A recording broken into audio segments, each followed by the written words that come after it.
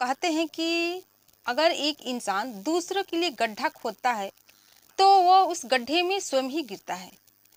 तो मैं ऐसा इसलिए कह रही हूँ क्योंकि आज की जो ये घटना है, आज की जो ये सच्ची घटना है, ये घटना कुछ इसी तरह की है कि इसमें एक इंसान अपने प्यार को पाने के लिए इतना हद तक गिर जाता है कि उसे समझ नहीं आता है कि वो क्या कर रहा है, सही कर रहा है, गलत कर रहा है।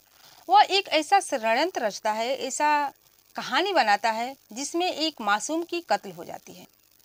तो आखिर उस मासूम कौन रहती है जिसका कत्ल होता है, और उसका कत्ल क्यों होता है, और कत्ल करने वाला कौन होता है? इस कहानी की, इस घटना की पूरी जानकारी आइए जानते हैं इस वीडियो में। तो दोस्तों नमस्कार, मैं हूं ज्योति कुशवाहा और आपका ज्योति वॉइस चैनल में तहे दिल से स्वागत है। दोस्तों रोजाना की तरह वीडियो में आगे बढ़ने से पहले आपसे रिक्वेस्ट है, अगर आप मेरे चैनल पर नए हैं तो वीडियो को लाइक कर दीजिएगा, शेयर कर दीजिएगा और चैनल को सब्सक्राइब जरूर कर दीजिएगा ताकि हमारा हौसला बढ़ता रहे। तो दोस्तों आज की जो ये सच्ची घटना मैं आपको सुनाने जा रही हूँ, ये घटना है उत्तर प्रदेश के एक जिला लगता है फिरोजाबाद, और फिरोजाबाद के अंतर्गत एक थाना लगता है सिकोहाबाद, और इसी सिकोहाबाद के अंतर्गत एक गांव आता है जिसका नाम है नंगला सिंगला। इसी गांव में एक व्यक्ति रहते हैं जिनका नाम प्रताप सिंह रहता है। दरअसल जो प्रताप सिंह रहते हैं उनकी दो शादियां हुई होती हैं। पहले जब शादी होती है तो उनकी पत्नी का नाम प्रेमा होता है, और दोनों पति पत्नी की दो बेटियां और एक बेटा होता है। बड़ी बेटी का नाम सुनीता होता है, छोटी बेटी का नाम बबीता, और जो छोटा बेटा होता है उसका नाम विक्रम रहता है। दरअसल जब विक्रम की जन्म होती है तो उसके कुछ सालों बाद ही उनकी पत्नी की मौत हो जाती है, प्रेमा की। और जब मौत हो जाती है तो जो प्रताप सिंह रहते हैं अपने बच्चों की परवरिश अकेले ही करने लगते हैं। उनको पालने पोसने में बहुत ही दिक्कत होती थी। तो जो गांव समाज के लोग थे, रिश्तेदार, नाते रिश्तेदार थे, वो उनको सलाह देते हैं कि आप अपनी दूसरी शादी कर लें। जब सब सपोर्ट करने लगते हैं, जब फोर्स करने लगते हैं, तो प्रताप सिंह जो रहते हैं अपनी ही साली सुधा के साथ शादी करते हैं। जब अपनी साली सुधा के साथ शादी कर लेते हैं तो उनकी ज़िंदगी फिर से अच्छी खासी चलने लगती हैं। सुधा की भी दो बेटी होते हैं और एक बेटा। एक जो बेटी रहती है उसका नाम हेमा रहता है, और छोटी बेटी का नाम हिमांशी रहता है। दरअसल जो हिमांशी थी अपने परिवार में सबसे छोटी लाडली बेटी थी। वो अपने परिवार की सबसे छोटी बेटी थी, इसलिए सब लोग उसको बहुत ही प्यार करते थे। उसकी उम्र 8 साल होती है। फिर जो एक दिन ये सुनीता नाम की जो लड़की रहती है, यानी कि इनकी पहली बीवी की जो बेटी रहती है, वो अपनी मौसी को, यानी कि अपनी सौतेली माँ को नहीं चाहती थी। क्योंकि जब शादी होती है तो प्रताप सिंह जो रहते हैं अपनी पत्नी सुधा के नाम कुछ ज़मीन जायदाद खरीद लेते हैं, जिससे सुनीता को चिढ़ सी होने लगती है कि मेरी माँ जिंदा थी, चाहे हम लोग के नाम पर मेरे पिताजी ने कुछ नहीं खरीदा, और मेरी सौतेली माँ के आते हुए उनके नाम पर ज़मीन खरीद ली। इससे अपने सौतेली माँ से, यानी कि मौसी से चिढ़ रहती थी। वो हमेशा उससे नफरत सी करने लगती थी। फिर ऐसे ही दिन बीत रहा था, समय कट रहा था। एक दिन सुनीता जो रहती है अपनी छोटी बहन हिमांशी के साथ बगीचे में जाती है, खेत की तरफ। शाम के समय होता है। जब खेत की तरफ जाती है तो हिमांशी भी उसके साथ जाती है, लेकिन कुछ दूर जब जाती है, जब वो वापस लौटती है आने के लिए, तो देखती है कि हिमांशी साथ में नहीं है। वो उसको खोजने लगती है, सोचती है कि मैं ऐसे ही फ़ोन चला के जा रही थी, मोबाइल में बिजी थी, हो सके तो हिमांशी घर पे चली गई होगी। इसके बाद दोस्तों वहाँ पर ढूंढती है, हिमांशी का कहीं पता नहीं चलता है। जब घर आती है तो घर पर भी ढूंढती है, लेकिन वो कहीं मिलती नहीं है। आसपास के घरों में ढूंढती है, जिस जिस घर में हिमांशी खेलने के लिए जाया करती थी वहाँ भी उसका कोई पता नहीं चलता है। इसके बाद फिर अपनी माँ से बताती है, अपनी मौसी से बताती है कि हिमांशी का कहीं पता नहीं चल रहा है। वो मेरे साथ बगीचे में गई थी, खेत में घूमने गई थी, लेकिन तभी से वो उससे वहीं से गायब है, उसका कहीं पता नहीं चल रहा है। फिर जो ये पति पत्नी रहते हैं प्रताप सिंह और सुधा, अपनी बेटी, छोटी बेटी को ढूंढने लगते हैं, परेशान हो जाते हैं। सब अगल बगल ढूंढते हैं, सब नाते रिश्तेदार के यहाँ भी फ़ोन कर लेते हैं, लेकिन हिमांशी का कहीं पता नहीं चलता है। फिर जब सुबह होती है तो प्रताप सिंह देखते हैं कि उनके दरवाजे की जो दीवार है, उनके घर की जो दीवार है, उस पर एक पोस्टर लगा रहता है और उस पर लिखा रहता है कि अगर सुमित से सुनीता की शादी नहीं हुई तो हिमांशी का बहुत ही बुरा हाल होगा। जब प्रताप सिंह इस पोस्टर को देखते हैं तो हैरान परेशान हो जाते हैं। उसे समझ नहीं आता है कि क्या करें। वह तुरंत पोस्टर को लेकर थाने पहुंच जाते हैं और जब थाने जाते हैं तो इस पोस्टर को दिखाते हैं। जब इस पोस्टर को थाने के जो थानेदार साहब रहते हैं देखते हैं और जो पति पत्नी रहते हैं अपनी बेटी के गुमशुदा होने का रिपोर्ट दर्ज कराते हैं। जब रिपोर्ट दर्ज कराते हैं तो वो लोग कहते हैं कि अभी 24 घंटा नहीं हुआ है, अभी छानबीन करिए, इसके बाद 24 घंटे के बाद रिपोर्ट लिखेंगे। इसके बाद दोस्तों 24 घंटे भी बीत जाता है लेकिन हिमांशी का कहीं पता नहीं चलता है। फिर वो लोग रिपोर्ट दर्ज करते हैं और रिपोर्ट दर्ज करने के बाद उस सुमित के यहाँ जाते हैं उसको हिरासत में लेने के लिए। जब वहाँ जाते हैं तो सुमित को पकड़ लेते हैं और सुमित को पकड़कर थाने लाते हैं। जब थाने लाते हैं तो उसे पूछताछ करने लगते हैं। पूछताछ करने पर सुमित कहता है कि मैं तो ये पोस्टर मैं लिखा भी नहीं हूँ, कौन लिखा है ये मुझे पता भी नहीं है।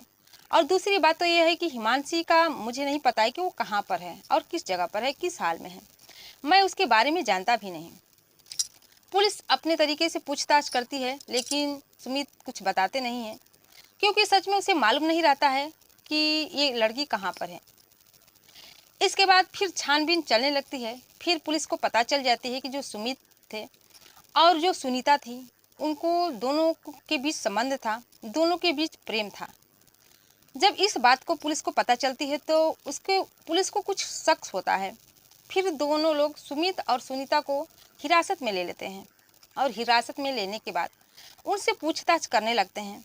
जब पूछताछ करते हैं तो सुनीता कहती है कि मैं अपनी बहन के साथ खेत पे घूमने के लिए जा रही थी, बगीचे में जा रही थी। तभी गांव के जो तालाब हैं वहाँ पर हिमांशी का पैर फिसल जाता है और वो तालाब में गिर जाती है। मैं डर गई थी इसीलिए किसी से कुछ नहीं बताई और हिमांशी उसी में डूब गई और मैं डर के मारे किसी से कुछ नहीं बताई और ये बता दी कि हिमांशी का कहीं पता नहीं चल रहा है। पुलिस जब इस बात को सुनती है तो उस तालाब के मौके वहाँ पर पहुँचती है जहाँ पर तालाब रहता है। वहाँ पर लाश को छानबीन करके बाहर निकाला जाता है। बाहर निकाला जाता है तो देखा जाता है कि सच में जो हिमांशी है तालाब में गिर के उसकी मौत हो चुकी है। लेकिन उसकी लाश, हिमांशी की लाश को लेकर पोस्टमार्टम के लिए भेज दिया जाता है और जब पोस्टमार्टम का रिपोर्ट सामने आता है तो कुछ और ही हटकर ही सामने आता है, मामला कुछ अलग ही आता है। दरअसल रिपोर्ट में जो आता है उसमें यह दिखाया जाता है कि हिमांशी का गले दबाकर मौत की गई है, बल्कि उसकी खुद की मौत नहीं होती है, उसे मारा गया होता है और उसके जो प्राइवेट पार्ट होते हैं उससे भी छेड़छाड़ की गई होती है।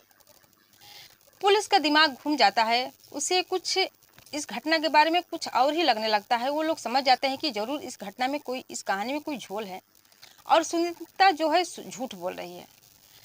फिर वो लोग सुनीता को फिर हिरासत में लेते हैं और उससे पूछताछ करने लगते हैं। इसके बाद जो सुनीता रहती है सब कुछ सच सच उगल देती है, सब सच सच बता देती है। दरअसल जो बताती है कि जब से उसकी शादी, उसके पिता की शादी उसकी मौसी से यानी कि सौतेली माँ जो उसकी आई है उसी से हुई है, तब से वो अपनी मौसी यानी कि सौतेली माँ से नफरत करती है क्योंकि पिताजी उसी के नाम पर ज़मीन खरीद दिए हैं और उसके बच्चों से भी नफरत करती थी। फिर एक दिन जो सुनीता रहती है कंप्यूटर सीखने की जिद करने लगती है अपने पिताजी से। उसके पिताजी तो मान जाते हैं लेकिन उसकी जो सौतेली माँ रहती है वो नहीं मानती है। लेकिन सुनीता अपने मन की करती है, वो कंप्यूटर क्लास करने जाती है। जब वहाँ पर सीखने जाती है तो जब बाज़ार से बाहर निकलती थी एक चौराहा पड़ता था और उस चौराहे में जो ये सुमित था वहाँ पर दुकान करता था। दरअसल जो सुमित होता है शादीशुदा रहता है, उसकी बीवी रहते, उसके बच्चे रहते हैं। फिर सुनीता सुमित से मिलती जुलती है, उससे बातें करने लगती है। बातों बातों में प्यार हो जाता है दोनों के बीच, दोनों को पता भी नहीं चलता है और प्यार करने लगते हैं। इस बीच उन लोगों के बीच संबंध भी बनने लगता है। फिर एक दिन जो सुनीता रहती है सुमित से शादी के लिए दबाव डालने लगती है। वो कहती है कि मैं आपसे शादी करना चाहता हूँ, मैं तुमसे सच्चा प्यार करती हूँ। लेकिन जो सुमित रहता है कहता है कि मैं शादी नहीं कर सकता क्योंकि मेरे बाल बच्चे हैं, मेरी बीवी है, मैं उनको नहीं छोड़ सकता। इस पर जो सुनीता रहती है वो प्रेशर डालने लगती है। फिर सुमित जब मना कर देता है तो सुनीता को बहुत ही गुस्सा आता है। वो सुमित को फंसाने के लिए कुछ अलग ही षड्यंत्र रचती है। दरअसल उसको फंसाने के लिए वो हिमांशी को ले जाती है, अपने साथ बगीचे में ले जाती है और बगीचे में ले जाकर उसके गला को दबाकर मार देती है और उसके प्राइवेट पार्ट्स को छेड़छाड़ करती है, ताकि जब पुलिस पकड़ भी ले तो सुमित इसमें फंसे और उसे ये लगे कि इस लड़की को कोई बलात्कार करके इसको मार कर फेंक दिया है। इसे षड्यंत्र रच के हिमांशी को मारती है और मारने के बाद उसको तालाब में फेंक देती है। दोस्तों, जब ये घटना पुलिस वाले सुनते हैं तो वो हैरान हो जाते हैं, परेशान हो जाते हैं कि एक लड़की अपने प्यार के चाहत के लिए, अपने प्यार को पाने के लिए एक छोटी बच्ची के साथ ऐसा काम कर सकती है और उसके साथ ऐसी वारदात कर सकती है, ऐसा घिनौना कांड कर सकती है। वैसे यकीन नहीं होता है कि ये लड़की उसके साथ ऐसा कर सकती है। फिर जो पुलिस रहती है सुनीता को हिरासत में ले लेती है और सुमित निर्दोष रहता है। सुमित को छोड़ देते हैं और सुनीता को हिरासत में लेकर उसके खिलाफ एफआईआर दर्ज होता है और उसको जेल में डाल दिया जाता है। एक तो बच्ची को मौत के घाट उतारने का और दूसरा ये कि उसके प्राइवेट पार्ट को के साथ छेड़छाड़ करने का। तो वो सुनीता की ज़िंदगी जो रहती है जेल में कटने लगती है, वो जेल में चली जाती है। तो दोस्तों, कैसे कैसे इंसान हैं, कैसे कैसे लोग हैं कि अपने फ़ायदे के लिए दूसरों का नुकसान कर देते हैं। और ऐसा षड्यंत्र इसलिए रचित है कि जो सुमित है उसको पुलिस पर उस पर शक हो जाए और उसको पकड़ ले और मेरा जो बदला है वो पूरा हो जाए। और अपनी सौतीली माँ से भी नफरत करती थी और सुमित को भी फंसाना चाहती थी। इसलिए ऐसा वो षड्यंत्र रची थी जिसमें सुमित फंस जाए और उसकी चाल कामयाब हो जाए। तो दोस्तों, ये घटना सुनाने का उद्देश्य आपको परेशान करना या दुखी करना नहीं था, बल्कि जागरूक करना था, सचेत करना था। आप भी सावधान हो जाइए, सतर्क हो जाइए। तो इस घटना से आपकी क्या राय है, कमेंट सेक्शन में ज़रूर बताइएगा। फिर मिलते हैं अगले दिन नई कहानी के साथ, नई घटना के साथ। तब तक के लिए जय हिंद, जय भारत।